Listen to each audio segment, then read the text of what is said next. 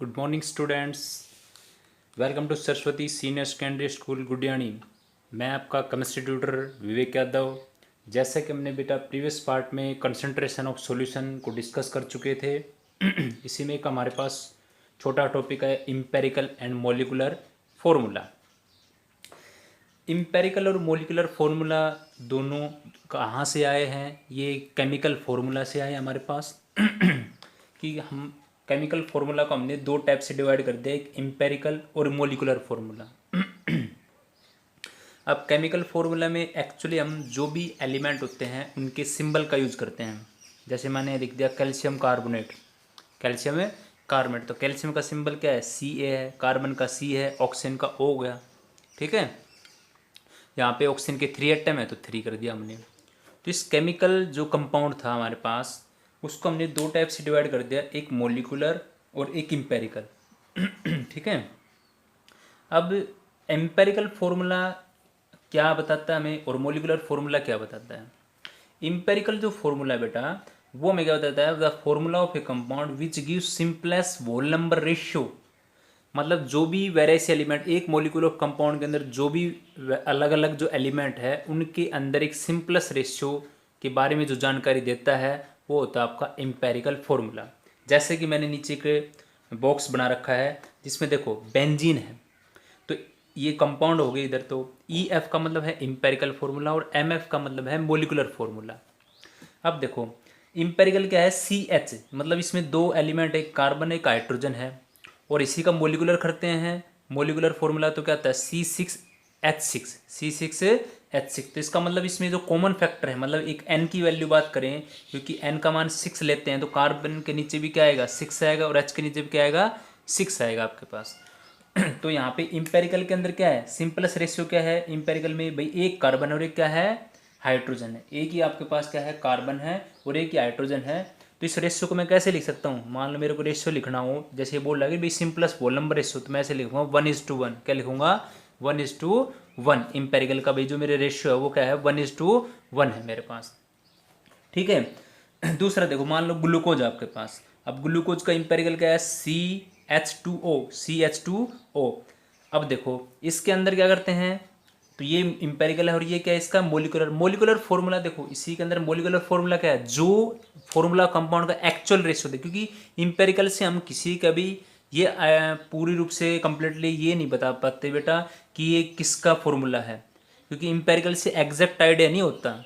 Exact idea में किससे होता है? मोलिकुलर फॉर्मूला से होता है। इसलिए इस वो आपके पास कि the formula of compound which give actual ratio, जो रियल रेशियो जो देता है एटम का, वो various element present in A molecule of compound, present in A molecule of a compound आपके पास।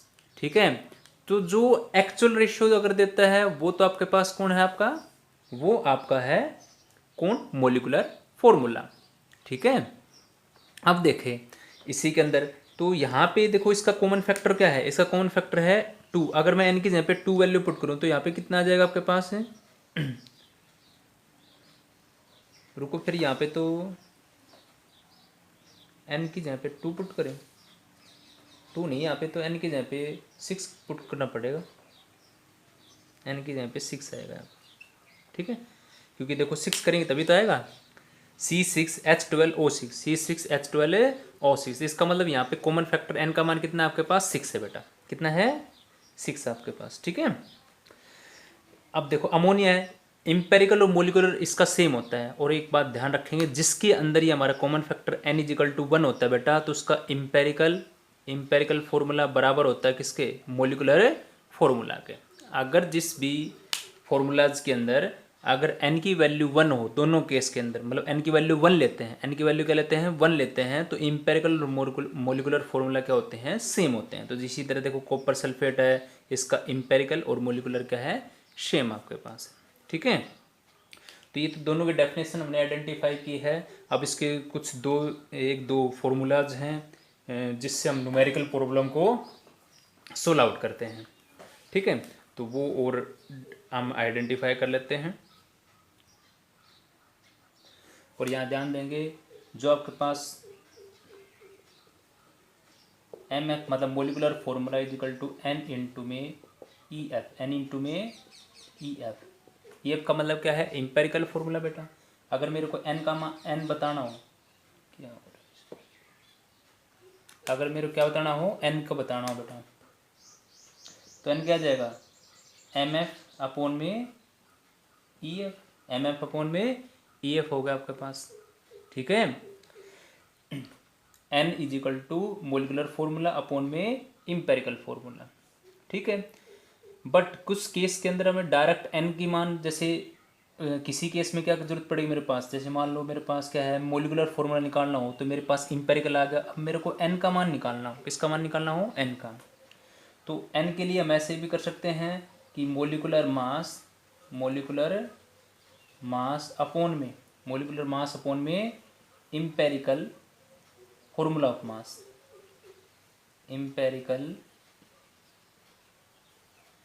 फॉर्मूला ऑफ मास आपके पास। ठीक है, और एक फॉर्मूला हमने पीछे जो एवोगैड्रो ला किया था वहाँ पे भी आपके पास था कि मोलिकुलर जो मास है वो होता है 2 इंटू में वीडी, 2 इंटू में वीडी। वीडी का मतलब होता है वेपर डेंसिटी, वीडी का मतलब क्या है, वेपर डेंसिटी। कुछ क्वेश्चन में ऐसे करेगा वो कि आपसे वीडी का मान दे देगा वेपर डेंसिटी का, तो यहाँ जो मोलिकुलर मास आप पुट करोगे, देखो यहाँ पुट करना पड़ता है ना, जिससे आप एन का मान फाइंड आउट करते हो कि मोलिकुलर मास पुट करोगे तो इसलिए वीडी दे देगा, तो आप उसको 2 से मल्टीप्लाई कर देंगे तो वो बन जाएगा आपका मोलिकुलर मास। और इम्पेरिकल मास मतलब जो इम्पेरिकल फॉर्मूला मास कैसे आएगा, मान लो जैसे यही है, मैंने ऐसे लिख दिया CH2O, तो इसका इम्पेरिकल फॉर्मूला मास कैसे आएगा, क्योंकि देखो इसके लिए मास के लिए हमेशा मैंने बता रखा आपको कौन से टर्म का यूज़ करते हैं, ऊपर वाले टर्म का। तो जैसे कार्बन कितना हो गया 12, हाइड्रोजन 2 इंटू में 1 प्लस ऑक्सीजन एक ही है तो 16 इंटू में 1 आ जाएगा। जैसे इसका सम करेंगे वो यहाँ लिख देंगे।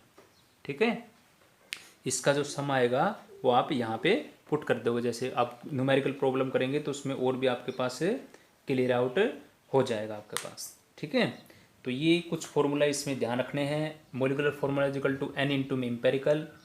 ठीक है, n किसके बराबर हो सकता है आपका, मोलिकुलर फॉर्मूला अपॉन में इम्पेरिकल फॉर्मूला। ओके, और ध्यान रखेंगे जैसे यहाँ पे हमें इस चीज़ की क्यों ज़रूरत पड़ी, कुछ क्वेश्चन के अंदर क्या करेगा, जो ये जैसे मोलिकुलर फार्मूला जो है ना आपके पास, इस मोलिकुलर फार्मूला के जो भी एलिमेंट है उनका आपके पास क्या कर देगा, वो एटॉमिक मास दे देगा। क्या दे देगा, एटॉमिक मास दे देगा। ठीक है, तो उसको हम किससे डिटरमाइन कर देंगे, एटॉमिक मास से किसको कन्वर्ट कर देंगे, उसको मोलिकुलर मास के अंदर। किस में कन्वर्ट कर देंगे, मोलिकुलर मास के अंदर। क्योंकि देखो आप सोच रहे हो सर ये मतलब यहाँ से भी एन ऐसे निकल रहा है और ये ऐसे भी एन बता रहे हो आप, तो क्या हुआ, ये जो मोलिकुलर फॉर्मूला था, मान लो जो वेरियस एलिमेंट है, कार्बन है, हाइड्रोजन है, ऑक्सीजन है, इनके क्या दे देगा वो, एटॉमिक मास दे दे, जैसे 12, 1, 16। तो इस एटॉमिक मास से हम क्या फाइंड आउट कर सकते हैं, मोलिकुलर मास। कैसे भाई, इस एटॉमिक मास को सम कर देंगे तो क्या बन जाएगा आपके पास, वो क्या बन जाएगा आपका मोलिकुलर मास बन जाएगा। क्या बन जाएगा, मोलिकुलर मास। ठीक है, तो ये चीज़ ध्यान रखेंगे इसके अंदर आप। तो एक तो इसके अंदर ये करना है आपको। तो अभी देखो इसके न्यूमेरिकल करते हैं हम, फिर उस पर और भी ज़्यादा क्लियर हो जाएगा कैसे हम क्वेश्चनों को फाइंड आउट करते हैं। तो आइए फर्स्ट न्यूमेरिकल करते हैं इसका। अब देखें इस क्वेश्चन के अंदर दे रखा है कंपाउंड, इसमें कंटेन है कार्बन, हाइड्रोजन, क्लोरीन, और इसमें परसेंटेज भी गिवन मिलेगा, एटॉमिक मास यहाँ तक कि आपकी जो गिवन मिलेगा आपको क्वेश्चन में। और एक इसने ये भी दे रखा है mm का मतलब बेटा है मोलिकुलर मास, mm का मतलब है मोलिकुलर मास बेटा। ठीक है, अब इसने परसेंटेज दिया आपके भाई, कार्बन जो है वो आपके पास 24.27, हाइड्रोजन है 4.07, और जो क्लोरीन है वो आपके पास है 71.65, ये आपसे दिया गया है। इनके एटॉमिक मास भी गिवन दे रखे हैं, इसका कितना 12 है, इसका 1 है, और इसका कितना होता है, इसका आपके पास होता है, या इसकी जगह पे एक काम करते हैं, यहाँ पे ऑक्सीजन ले लो, एक कार्बन है, हाइड्रोजन, और एक क्या हो गया आपके पास है ऑक्सीजन हो गया। ठीक है, अब देखो, अब इसके अंदर ये हो गया आपके पास, अब इसका दे रखा है 16, इसका क्या दे रखा है 16, कार्बन, हाइड्रोजन और ऑक्सीजन, हमने 3 एलिमेंट ले रखे हैं जिनका परसेंटेज दे रखा है। तो सबसे पहले तो आपको फाइंड आउट करना पड़ता है इसमें ग्राम एटम। ग्राम एटम का मतलब होता है मोल, ग्राम एटम बोल सकते हो आप इस चीज़ को, या क्या बोल सकते हैं, मोल। तो इसको कैसे फाइंड आउट करते हो, इसको फाइंड आउट करने का तरीका है, जो परसेंटेज मिली है वो और उसकी एटॉमिक मास से उसको डिवाइड कर दो, जो परसेंटेज आपको मिली है वो और जो एटॉमिक मास से क्या कर देंगे उसको डिवाइड कर दो, तो कर दो इसको। तो 24.27 को 12 से भाग कर दिया हमने, कितने से डिवाइड कर दिया, 12 से। इसी तरह इसको क्या करेंगे, 4.07 को 1 से कर दिया, 71.65 को किससे कर दिया, 16 से कर दिया। ठीक है। अच्छा, इतना डिवाइड करने के बाद फिर आपके पास क्या निकालना पड़ता है आपको, एटॉमिक रेशियो, या इसको बोलते हैं मोलर रेशियो। एटॉमिक रेशियो या क्या बोलते हैं, मोलर रेशियो। तो सबसे पहले मैं देखो नीचे यहाँ पे लिख लेता हूँ, जो मेरे पास ये पहली वाले टर्म को डिवाइड करूँगा ना, ये फर्स्ट वाले टर्म को डिवाइड करेंगे तो हमारे पास मान आएगा 2.022। अच्छा, इसको करेंगे तो ये तो एज इट इज़ रह जाएगा 4.07, और इसको करेंगे डिवाइड तो कितना आ जाएगा 2.018। मतलब कार्बन वाला के अंदर ग्राम एटम इतने आएंगे, हाइड्रोजन में इतने आ जाएंगे, और ऑक्सीजन के अंदर इतने आ जाएंगे जब आप इनको डिवाइड करोगे। ठीक है। अब डिवाइड होने के बाद देखो, जब आप यहाँ पे एटॉमिक रेशियो लिखते हो तो आपको क्या करना है, इन तीनों में से देखना है कि सबसे स्मॉलेस्ट डिजिट कौन सी है, इनमें से सबसे स्मॉलेस्ट डिजिट कौन सी है। जब आप एटॉमिक रेशियो निकालो तो उसके लिए आपको ये चेक करना है कि इन तीनों में से सबसे छोटी वैल्यू कौन सी है। तो सबसे स्मॉलेस्ट वैल्यू कौन है, क्योंकि ये देखो 2.0 तक तो सही है, 2 है, इसमें क्या है 18 है, इसका मतलब सबसे स्मॉलेस्ट वैल्यू ही है। हर क्वेश्चन के अंदर ऐसे ही करना आपको। इन जैसे जो भी आपके पास एलिमेंट होते हैं उनका जब भी ये ग्राम एटम आएगा तो उसमें से आपको चेक करना है कि कौन सी वैल्यू सबसे छोटी है। तो जो वैल्यू सबसे छोटी है उसको इन सारी वैल्यूज़ क्या कर देंगे, डिवाइड कर देंगे। तो पहले वाले टर्म को करते हैं डिवाइड, देखो 2.022, इसको डिवाइड कर दिया कितने से, 2.018 से। ये तो पहले के लिए होगा कार्बन के लिए। हाइड्रोजन के लिए क्या करेंगे, हाइड्रोजन ये आपके पास है 4.07, इसको भी डिवाइड कर दिया 2.018 से। फिर इसके बाद लास्ट वाली जो टर्म वो है 2.18 ये थी, इसको भी डिवाइड कर दिया 2.18 से। ठीक है। तो सबसे जो स्मॉलेस्ट वैल्यू है उससे सभी को हमने क्या कर दिया, डिवाइड कर दिया। अब देखो, तो ये भी 2.0 तो इसका मतलब इसको डिवाइड करेंगे कितना आ जाएगा, ये कितना आ जाएगा 1। इसको डिवाइड करोगे तो कितना आ जाएगा 2, इसको डिवाइड करेंगे कितना आ गया 1। इसका मतलब ये आ गया हमारे पास सिंपलेस्ट रेशियो 1:1। किसी किसी क्वेश्चन में ऐसा भी हो सकता है कि बाई चांस मान लो ऐसे आ जाए, जैसे मान लो एक 1 आ जाए, एक 1.5 आ जाए, और एक 1 आ गया मान लो, तो आपको कभी भी इसमें पॉइंटों वाली वैल्यू को नहीं लेना है। तो हम इसमें क्या करेंगे, हम ऐसा करेंगे कि भी कोई अपनी तरफ से कोई डिजिट ले लेंगे। देखो अभी तो एक्चुअल मतलब एक कंप्लीट डिजिट आ गई मेरे पास, तो मेरे पास कोई दिक्कत नहीं, आंसर मेरा हो जाएगा। बट अगर अगर किसी क्वेश्चन के अंदर क्या होता है, ऐसे आ जाती है वैल्यू, तो आप उस केस में क्या करोगे, उस केस में एक ऐसा नंबर लेना कि जिससे पूरा डिजिट बन जाए। मान लो मैं इसको 2 से मल्टीप्लाई कर दूँ तो क्या बन जाएगा, ये बन जाएगा 2, ये कितना बन गया 3.0, और ये क्या बन जाएगा 2। तो इसका मतलब अब कोई बात नहीं, जीरो का कोई दिक्कत नहीं है पीछे। तो 2 3 2 ऐसा नहीं होना चाहिए, ऐसे पॉइंटों में 1.2 1.3 1.4 1.8 ऐसे होता है ना, तो दिक्कत आती है। 3.0 तो उसको राउंड फिगर में हम 3 ले लेंगे। ठीक है। तो हमें एग्जैक्ट नंबर बनाना होता है। अभी मेरे पास एग्जैक्ट नंबर आ गया तो कोई दिक्कत नहीं है, अगर नहीं आता है तो उस केस में हम इसको फाइंड आउट करके देखेंगे। ठीक है। एक बार इसका और ये डिवाइडेशन और चेक कर लेते हैं, कभी इसमें ये वैल्यू इतनी आती कि नहीं है। एक बार 1 मिनट। तो यहाँ ध्यान देंगे क्योंकि ये तो कटेंगे तो इसको 16 से कटेंगे तो 16 चौक 64 आएगा ना। तो ये डिजिट को हम थोड़ा, या फिर एक काम करते हैं, इसको ये क्लोरीन ही ले लो आप। तीसरा क्या ले लेते हैं हम, क्लोरीन ले लेते हैं, क्योंकि फिर मेरे पास क्या बन जाएगी ये 35.5। अब बन जाएगी बात, क्योंकि 35 दूनी 70, 35 दूनी 70 हो जाएगा। ठीक है। तो इसको क्लोरीन ही ले लेते हैं, चलो। ठीक है। 35.5 ये इस क्वेश्चन में, ताकि हमारी और कैलकुलेशन में दिक्कत ना आए, तब मैंने कर दिया इसको। ठीक है। क्योंकि मैंने क्लोरीन ले लिया, अब मेरा ये सही हो रहा है बिल्कुल एग्जैक्ट। तो अब आप देखो, बस हो गया हमारा काम। अब आपका देखो इंपेरिकल फार्मूला क्या बन गया बेटा, इंपेरिकल फार्मूला आपके पास आ गया। ये ध्यान रखना है, क्लोरीन ले लिया हमने, ऑक्सीजन नहीं बेटा, क्लोरीन ले लिया। एलिमेंट कोई भी हो सकता है, ऑक्सीजन वाला भी हो सकता है। ठीक है। ऐसा नहीं कि ये फिक्स है इसके अंदर कि क्लोरीन ही आएगा। तो देखो आपके पास इंपेरिकल क्या बन गया, CH2Cl, CH2Cl, ये बन गया आपके पास इंपेरिकल फार्मूला। अब इसने मेरे से क्या पूछा है, मोलिकुलर फॉर्मूला और पूछा है, क्या पूछा है, अभी मैंने आपको करवाया था भाई M F equal to n into में क्या होता है ई एफ, एन इंटू में ई एफ। अच्छा, अब इस क्वेश्चन के लिए क्या करते हैं, एन के मान निकालने के लिए क्या होता है हमारे पास, एन का मान अगर निकालना होता है हमें, तो एन का मान के लिए क्या होता है, मोलिकुलर मास अपॉन में empirical formula of mass, empirical formula of mass, यही करते हैं ना हम भाई। एन का मान निकालने के लिए क्या होता है, मोलिकुलर मास अपॉन में इम्पेरिकल फॉर्मूला ऑफ मास। तो बेटा एन का मान निकालो। देखो ये मोलिकुलर मास उसने मेरे से गिवन दे रखा था, ये रूप पर देखो, तो 98 अपॉन में 96 अपॉन में इम्पेरिकल फॉर्मूला ऑफ मास, मतलब इससे फाइंड आउट करोगे आप इम्पेरिकल फॉर्मूला। अब ये कैसे करेंगे, देखो एक कार्बन का कितना होता है 12 प्लस में, एक हाइड्रोजन केवल एक होता है और 2 हाइड्रोजन है, तो कितना होगा 2 इंटू में 1 प्लस में, एक क्लोरीन कितना होता है 35.5। अब इसको सम कर लो भाई, 35.5 और ये कितना 12 2 14, तो कितना होगा 5 9 4.95 49.5, तो यहाँ पे लिख दो 49.5।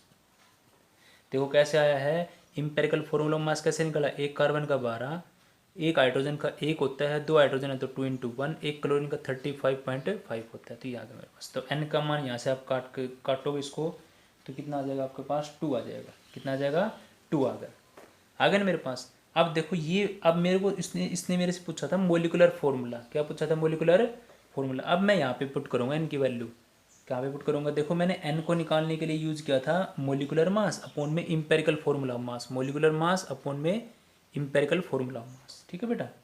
अब देखो मोलिकुलर फॉर्मूला में निकालना है, एन का मान कितना आएगा 2, इम्पेरिकल फॉर्मूला कितना है मेरे पास CH2Cl, CH2Cl ये हो गया मेरे पास, ठीक है। तो मोलिकुलर फॉर्मूला आपका बन गया, क्या बन गया C2H4Cl2, तो that will be the molecular formula. तो ये इसका मोलिकुलर फॉर्मूला है और ये इसका इम्पेरिकल फॉर्मूला है। तो पहले क्वेश्चन में न्यूमेरिकल में हमने ये सीखा है, तो ध्यान देंगे इस टाइप के क्वेश्चन के लिए बेटा आपको एलिमेंट मिलेंगे, परसेंटेज मिलेगी, एटॉमिक मास मिलेगी। सबसे पहला काम आपका होता है ग्राम एटम या मतलब मोल निकालना। तो आपको कैसे करना है, परसेंटेज और उसको एटॉमिक मास से डिवाइड करना है, परसेंटेज एटॉमिक मास से डिवाइड करना है। डिवाइड करने के बाद वैल्यू आएंगे आपके पास, फिर आपको उन वैल्यू में से देखना है कौन सी वैल्यू सबसे छोटी है। जो वैल्यू सबसे छोटी है उसको सभी वाले जो टर्म है उनसे क्या कर देंगे, डिवाइड कर देंगे। डिवाइड करने के बाद यहाँ पे एक रेशियो आता है, अगर एग्जैक्ट नंबर आ जाता है तो बेटर बात है, नहीं आता है तो आप उसको एग्जैक्ट बनाओगे, एग्जैक्ट नंबर उसको बनाना आपको, कोई आप डिजिट ले लेंगे उससे मल्टीप्लाई करके एग्जैक्ट डिजिट बना लेंगे, और अगर एग्जैक्ट आ गया तो फिर कोई दिक्कत ही नहीं है, ठीक है। बस फिर उसके बाद इम्पेरिकल आ गया। फिर मोलिकुलर फॉर्मूला क्या होता है, एन इंटू में इम्पेरिकल फॉर्मूला। अब एन का मान कैसे निकालते हैं, मोलिकुलर मास अपॉन में इम्पेरिकल फॉर्मूला ऑफ मास। देखो इसी क्वेश्चन को, तो ये हमने जैसे कर लिया क्वेश्चन, अगर इसी क्वेश्चन में ये भी कर सकता था वो, मान लो यहीं पे ऐसे बोल देता है भाई वी डी का मान मेरे पास 2.5 है, कितना है 2.5 है, तो कोई दिक्कत नहीं है। फिर आप क्या करते, मैंने अभी एक फॉर्मूला भी आपको बताया है, कौन सा बताया है, देखो अभी मैंने एक और फॉर्मूला बताया था भाई, मोलिकुलर मास के लिए क्या होता है 2 इंटू में वी डी, बाई चांस वो वी डी लिख देता तो कोई दिक्कत नहीं, आप 2 को 2.5 से मल्टीप्लाई कर देते, तो आपके पास क्या जाता है मोलिकुलर मास, क्या जाता, तो फिर यहाँ पुट करते उस वैल्यू को, ठीक है। तो ये चीज़ ध्यान रखें, क्वेश्चन के अंदर स्टेटमेंट को कई बार चेंज भी कर देता हूँ। तो हमने ये न्यूमेरिकल कर लिया है, अब एक न्यूमेरिकल और करके देखते हैं।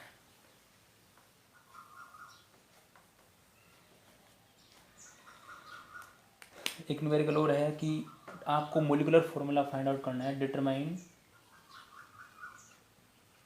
मोलिकुलर फॉर्मूला, कोई ऑक्साइड ऑफ आयरन है, ऑक्साइड ऑफ आयरन, ठीक है।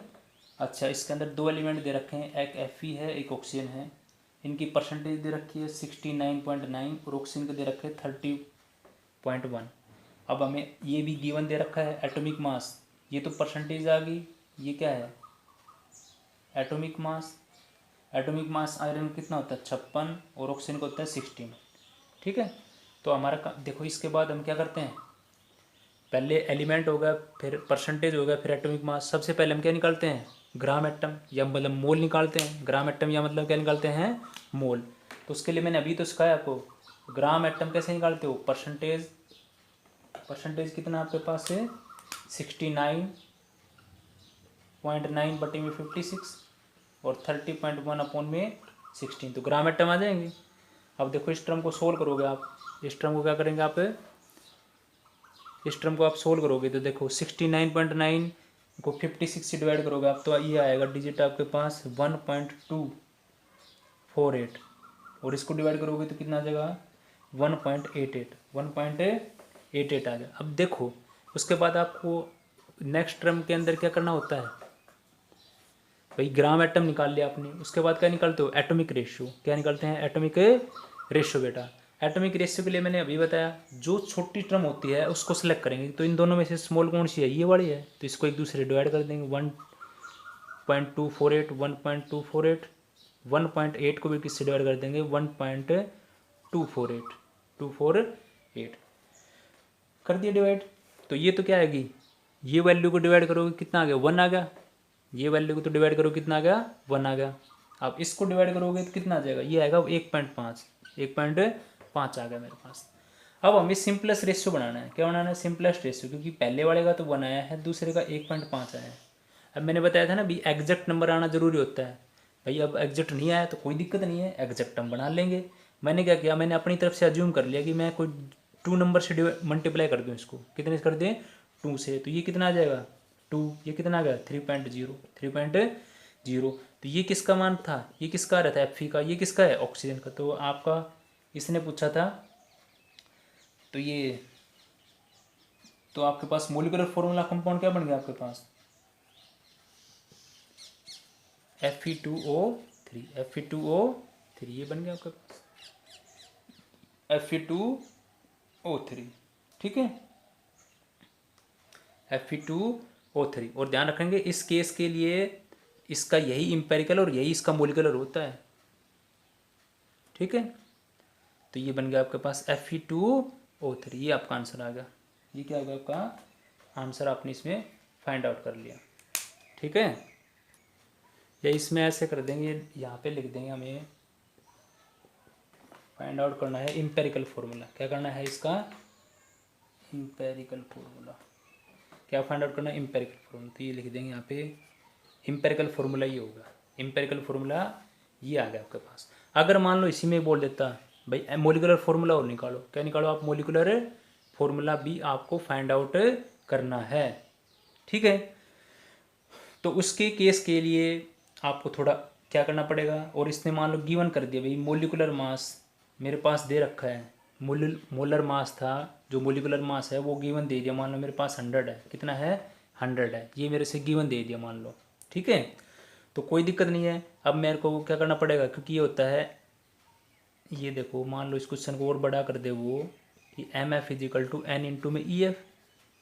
अब मेरे को तो मान किसका निकालना है, N का पहले, तो N का क्या आएगा, मोलिकुलर मास अपॉन में empirical formula of mass, empirical formula of, अब मोलिकुलर मास कितना दिया बेटा 100 गिवन दे रखा है, इंपेरिकल फॉर्मूला मास कहाँ से निकालूंगा, यहाँ से निकालूंगा, देखो Fe2O3 बेटा, एक Fe का कितना होता है 56 इंटू 2 56 इंटू 2 प्लस 16 इंटू 3, तो यहाँ पे पुट कर दूँ मैं 56 इंटू 2 प्लस 16 इंटू 3, तो यहाँ से मेरे पास क्या आ जाएगा, मेरे पास N का मान आ जाएगा, क्या मान आ जाएगा N का मान, फिर वो जो N का मान आएगा वो मैं यहाँ पुट कर दूँगा, और EF का मतलब मेरा पास है ही कौन, Fe2O3, ठीक है। तो मोलिकुलर फार्मूला हम ऐसे फाइंड आउट करेंगे, और ये हमने फाइंड आउट कर लिया इसका इंपेरिकल फार्मूला। तो इंपेरिकल फार्मूला क्या है, Fe2O3, ठीक है।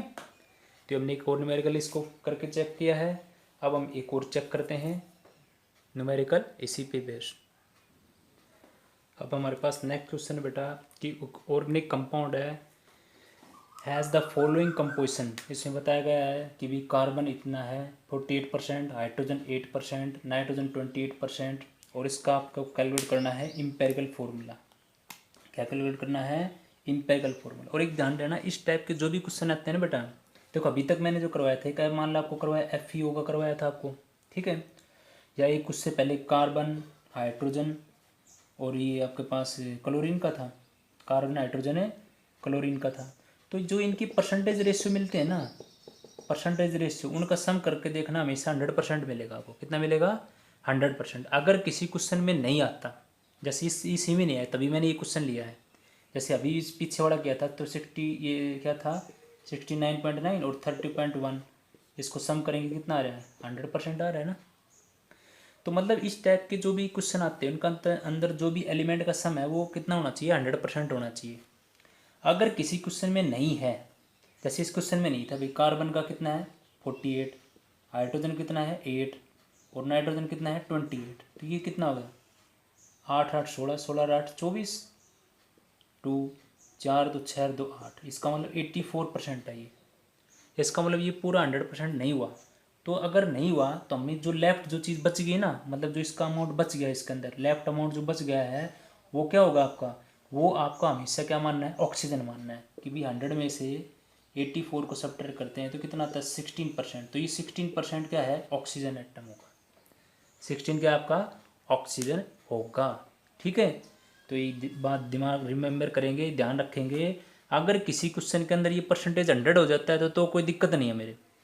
अगर किसी क्वेश्चन में ये परसेंटेज का टोटल सम 100 नहीं है तो आप 100 में से टोटल परसेंटेज को सब्ट्रैक्ट करेंगे, जो भी अमाउंट बची है परसेंटेज की वो हमेशा किसकी होगी आपकी ऑक्सीजन की होगी। ठीक है, तो ध्यान देंगे इसके अंदर ये बात है। तो इसके अंदर ये मैंने बता दिया आपको कि ऑक्सीजन कितना आएगा आपके पास, इसमें ऑक्सीजन का जो परसेंटेज है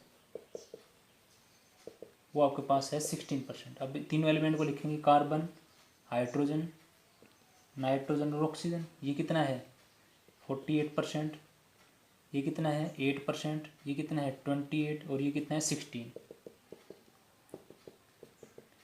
अब इनके एटॉमिक मास गिवन मिलेंगे आपको।